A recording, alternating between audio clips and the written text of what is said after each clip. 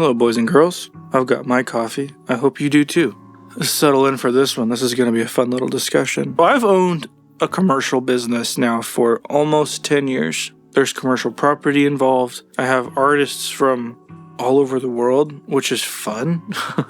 But to say that I've operated the business over the last 10 years as the most efficient machine it could be would be a stretch of the imagination. So here's some things that I learned along the way that I wish I'd known sooner. Part 2. I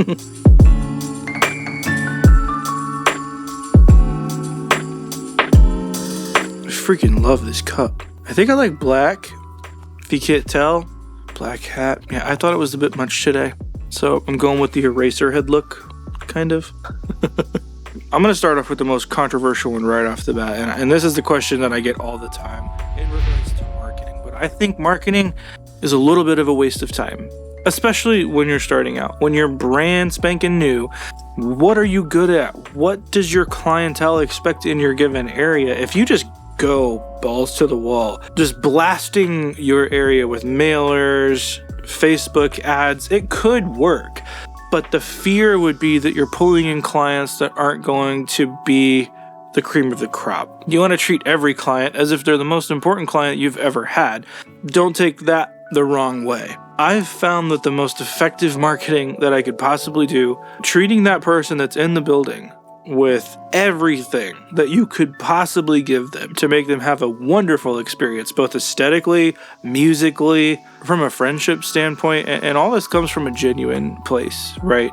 People know when they're being patronized.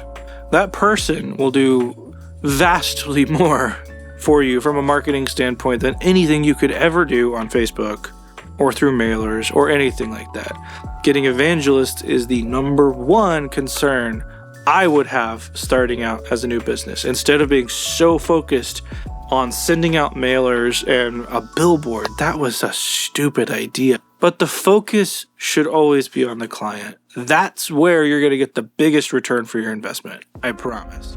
Being in a studio like this, it's easy to get gear acquisition syndrome, and I live it daily, trust me. Surrounding yourself with numerous tools doesn't necessarily provide you a better product as much as it does provide you more tools to pick through to find the right tool for that moment. I would say buy tools that inspire you. I'm in the process right now of trying to sell some guitars. I feel like I have too many that do too many things okay. I would rather have one guitar that does one thing really, really well. I would rather be inspired to create something that's really, really good than to try to dig through all of these different things to find the perfect tool. That also goes for things like plugins. Sometimes giving yourself too many options is just that. It's too many options. Anymore when I'm mixing, I'm realizing that knowing the rules is important, yes, but it's more about chasing that weird sound or that weird vibe. Things that get me excited about creating or mixing in a certain way, or that plugin that makes me do weird things because it's so out of the box. I would rather have that tool than 100 different EQs or 100 different 1176s. Give me the one that makes me think outside the box and I'll create something interesting. Ultimately, whether it's the process of music creation or mixing, you need to stay in that zone. So whatever that is for you, if you're super analytical and you could deal with all these different options, that's great. Keep those tools. They're not going to hurt you.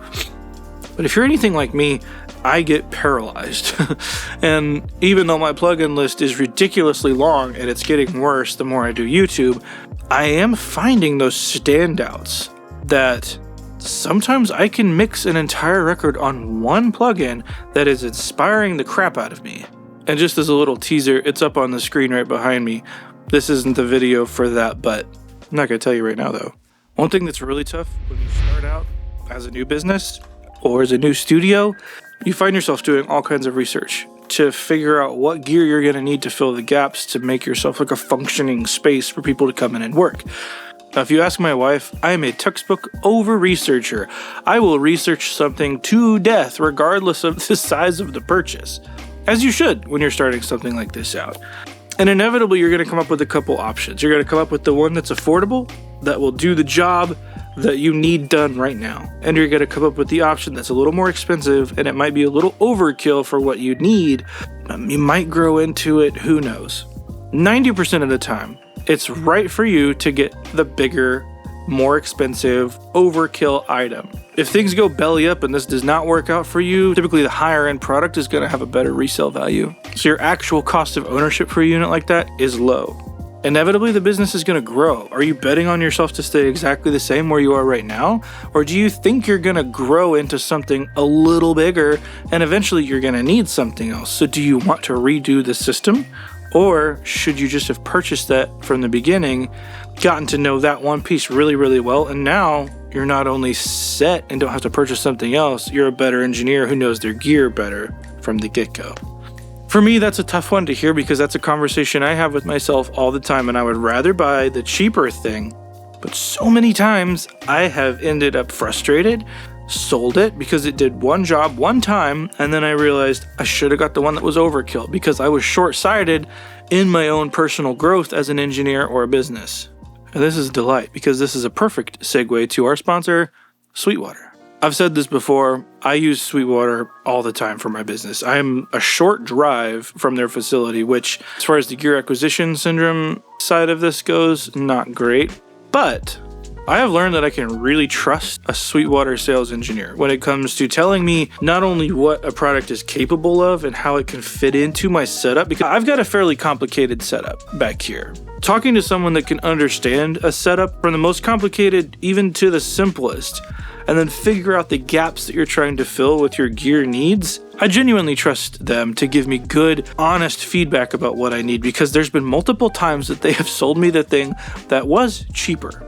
Because this more expensive item was not just overkill, it didn't really suit the need that I was trying to fill. And for that reason, I'll go with Sweetwater every time.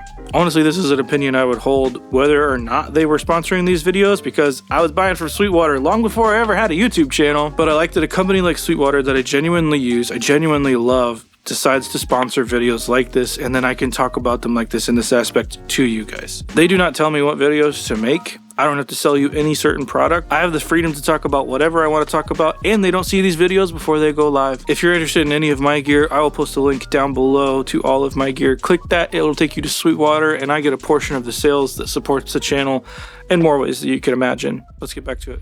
File management is massive. Seriously, if there is one thing that can get a business in trouble, a recording studio, file management. You will get bitten once and it will scare you. And this is without even going into backups and having redundancy, just keeping things organized.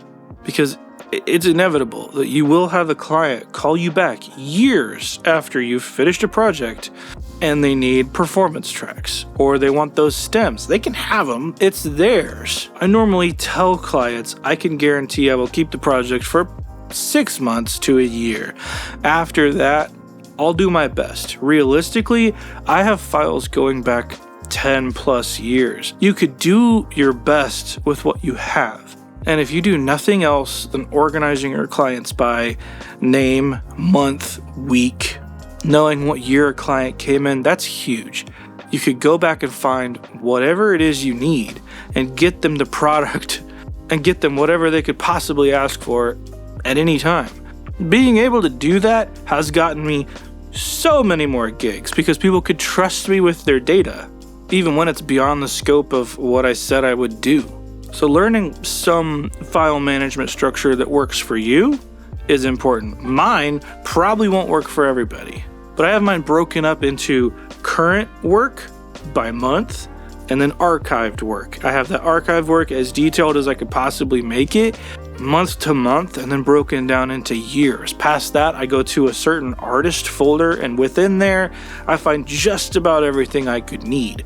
No one system is perfect because I have a lot of repeat clients, and sometimes artists will come in at different years, and that starts to get a little confusing. But at this point, I've stuck with my method. I'm not going to change it. I would need to go back way too far to change things. Find something that works for you. Stick to it like it's biblical. The last and biggest one is don't forget who you are. I feel like this happens with anybody turning a hobby into a career. And this, for me, kind of happened by accident. A recording studio and audio was not what I intended to do. I came out of grad school 2009, 2010. You couldn't get a job if you wanted one. So I was doing the only thing I knew to do, which was create music. And eventually it became the job. And the job took over a basement. The basement outgrew itself and became a building. And the building has changed numerous times since then. But I think it's easy to forget who you are. That you could get so hungry at certain points that you're chasing that next gig. And it gets dangerous. Don't forget why you started making music. And don't forget your own taste. And don't let getting that next paycheck, as important as that is, don't misunderstand me. Don't let that make you forget who you are in the whole process. It's important to get that paycheck. It's important to provide. It's important to keep a roof over your head and food on the table. But it's also important to do the things that bring you joy. Have a family if you want to have a family. To be present for them. To continue to create your own music if you are a musician to start with. That's an aspect that's really, really easy to lose. The stakes are higher now. I find it so easy to create music for other people. Or when I need to make a tune for YouTube, I can do it with my eyes closed. But creating music for myself, it's a hard block to get over because now the stakes are higher. So it's a constant struggle for me to not constantly look at music like a business. Because it is, in almost every aspect of my life. I do the studio thing, I run sound in a whole lot of different aspects. Just about every part of my life is consumed with music. And looking back on it, that was the dream. That was the ultimate, that's the epitome. But I really have to force myself to be creative. I really have to force myself to sit down and say, you're just going to create today. You're just going to play. Because even as self-serving as it sounds, it's also ultimately serving your clients better. If you are fulfilled as a musician, an artist, a producer, the work you do with everybody else is going to be that much better. One, you're getting practice in. You're flexing that musical muscle that you haven't flexed in a long, long time. You're constantly creating. You're getting new vocabulary of things that are coming up, and you could use these in other projects. Don't lose yourself in a business, whatever business that is. Mine happens to be music. So I could really quickly look at my options on the table and say, I could take this project, I could mix this right now, or I could finish that song I've been trying to finish for years. And from a monetary standpoint, it's hard to say no to mixing a project where you know you're going to walk away with something at the end of it. But over here, there's danger, there's judgment. People know who you are, so this song better be good over here. It's hard. But you gotta let that go. Even if no one ever hears what you create. Obviously, there's a whole lot more to this stuff than what I just talked about right now. But when I look back, these are the things that make the biggest difference for me. Some of these things may be natural that come to you guys, but these are the things that I have to force myself to think about running a business. Especially a small business like this. If you guys like this style of video, hit the like button. Hit subscribe if you want more like this. If you have any questions or ideas for another round of stuff like this, I'd love to talk about it. Put your questions down below, your concerns, or things that you thought I missed in this. Not all of it's going to be said in one video. As always, I'm Resident Loser Jeremy. I'll see you guys in the next one.